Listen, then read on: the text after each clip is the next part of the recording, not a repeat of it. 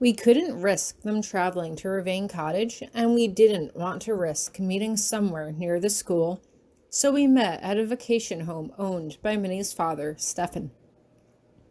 I had seen him at Virginia's wedding, but I was so worried about Hieronymous that I hadn't done more than exchange pleasantries with him. That seemed for the best.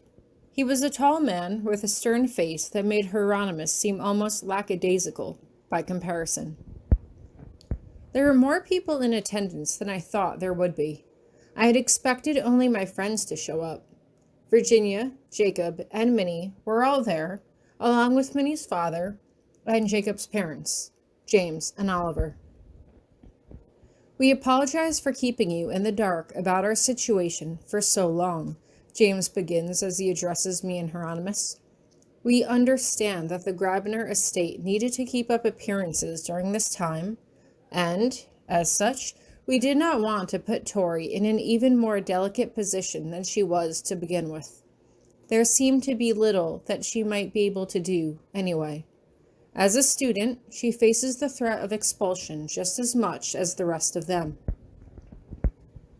Hieronymous purses his lips. If I am to assist, I need to know more information about what happened. Miss Cochran, if you will, straight to the point, please. When Aloysius approached Tori at their wedding, saying that you were in danger, we offered to go with her, Minnie says, starting at the beginning. Jacob pointed out that it was against school rules to enter the otherworld, and Aloysius agreed that he would vouch for us. He did not survive. We stayed at Ravane Cottage for a short while to help Tori, but then went back to school when it was clear that there was nothing we could do to help you. We were all told to go to Potsdam's office after the first day of class. She reminded us of what happened to Ellen and told us that we were going to share her fate for stepping into the otherworld without permission. When we mentioned Aloysius's name, she became irate and told us that she was going to wipe our minds on the spot. Virginia enchanted the sweets on her desk to explode, and the three of us were able to teleport away. We went straight to Jacob's house and have been lying low ever since. Potsdam doesn't have the authority to wipe your minds, Hieronymous says dismissively. She can only shield them and then bring the case to the Office of Magical Reassignment. Granted, they have yet to reject any of her proposed expulsions, but if she was truly trying to expel you from the magical community, they would have already been notified. To our knowledge, they have not been, James continues. We have been keeping the children warded and protected these past few months, just in case, but surely if she was truly intent on expelling them, they would have been notified by now? Hieronymous says, and he appears to be thinking deeply about something. What do you have that she wants? Nothing, Oliver replies with a shake of his head. At least, nothing to our knowledge. She always wants something, I remind him. She is Becky now, although Becky seemed upset that Potsdam didn't have any time for her. Perhaps Potsdam found out that Becky wasn't her real daughter and she's just trying to take her anger out on someone else? What do you mean? Hieronymous asks suddenly as he turns to me. She doesn't have the mark on her stomach anymore, I tell him. The birthmark that she had before is gone. I have it on good authority that someone gave her that mark to make us think that she was Potsdam's real daughter, but I don't think she is. Hieronymous narrows his eyes at me, and I can tell we are going to have a long talk about this later. Does Potsdam know? I have no idea, I tell him honestly.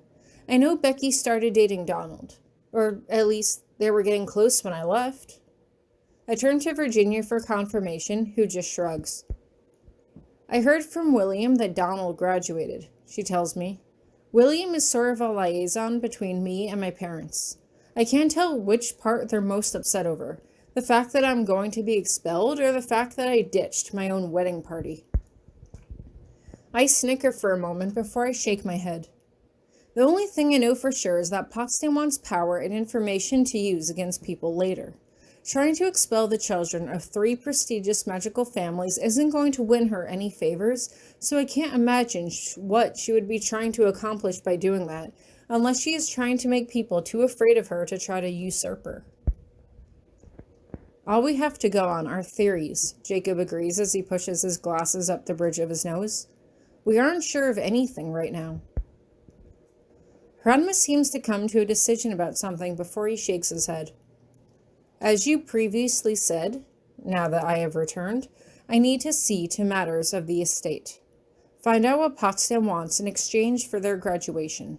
I will be better able to assist you once I have that information.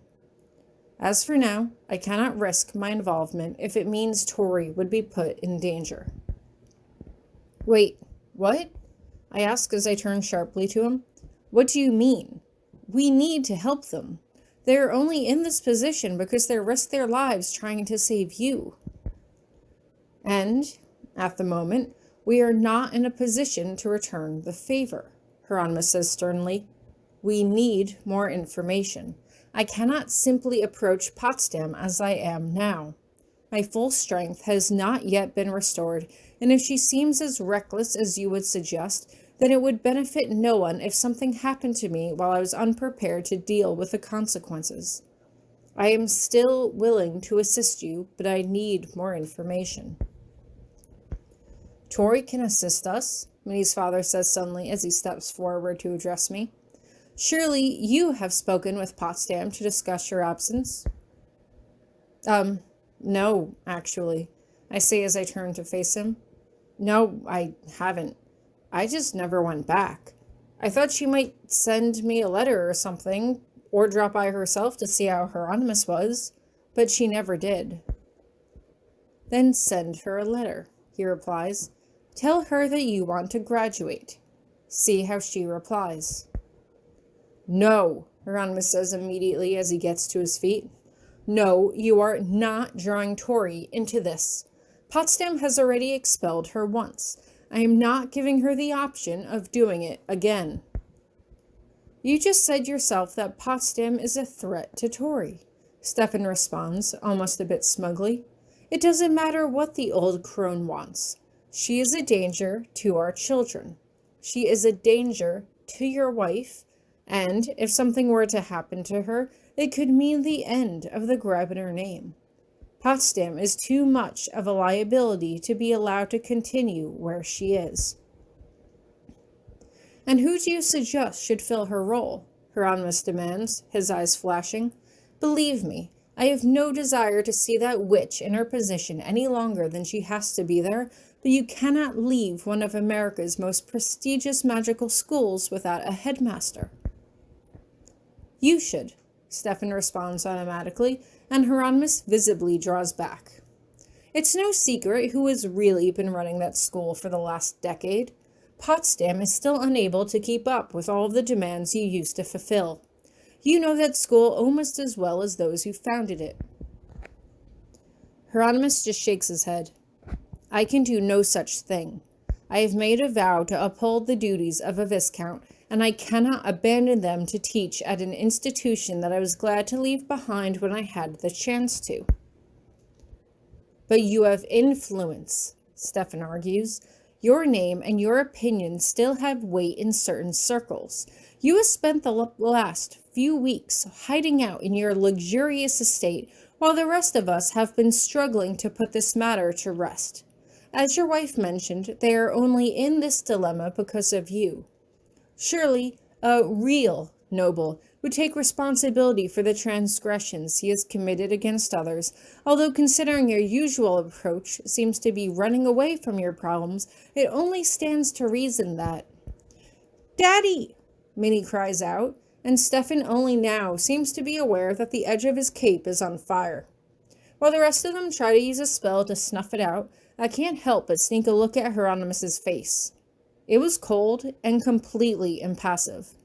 Had he meant to use that spell to shut Stefan up, or had he performed that magic without realizing it? You blithering idiot! Stefan bellows at him. Have you lost your sense entirely? I demand an apology for this assault. Immediately. I think it is you who should apologize, Oliver says as he gets to his feet. Lord Grabiner is not at fault for this. We may still see them as our children, but they are adults who made their own choices. They knew that entering the other world without permission was against school rules. They knew that Aloysius was an unsavory character, and yet they chose to trust his word over their own common sense. They would not be the first children expelled because they did not pause and reason out their course of action before committing to it. Sage words, Stefan mutters under his breath as he glares daggers at Hieronymus, as if Oliver's comment was meant to be a concealed jab against Hieronymus in some way. Lord Grabiner said he would do his best to intervene and assist us when the time is right, Oliver continues. I believe he is so far proven to be a man of his word. He will assist us when he can, but he is right. It would be foolish for him to rush into danger if his full strength has not yet been restored. So you wish to continue to sit idle? Stefan demands incredulously. You want to give that witch time to accumulate even more power? To find even more leverage to use against us? No, this matter needs to be dealt with now. She needs to be removed from power immediately, and Lord Grabiner needs to step up and show his quality by assuming her post until a suitable replacement can be found. Hieronymus already said that he can't do that. I snap as I get to my feet and find my place beside Hieronymus. This whole argument is pointless anyway. Potsdam will not vacate her position willingly, so who's going to eliminate her? Will it be you? Silence descends upon the room before I speak again. I will consider your proposition of writing to Potsdam myself. In the meantime, do as Hieronymus said. Try to find out more information about what she wants. I will not turn my back on my friends, but I will also not risk the future of the Grabiner name by being reckless. I appreciate your patience so far. We hope to hear from you soon. I hold my hand out in front of me, and Hieronymus takes it immediately, interlocking our fingers together as he quickly teleports us out of the room.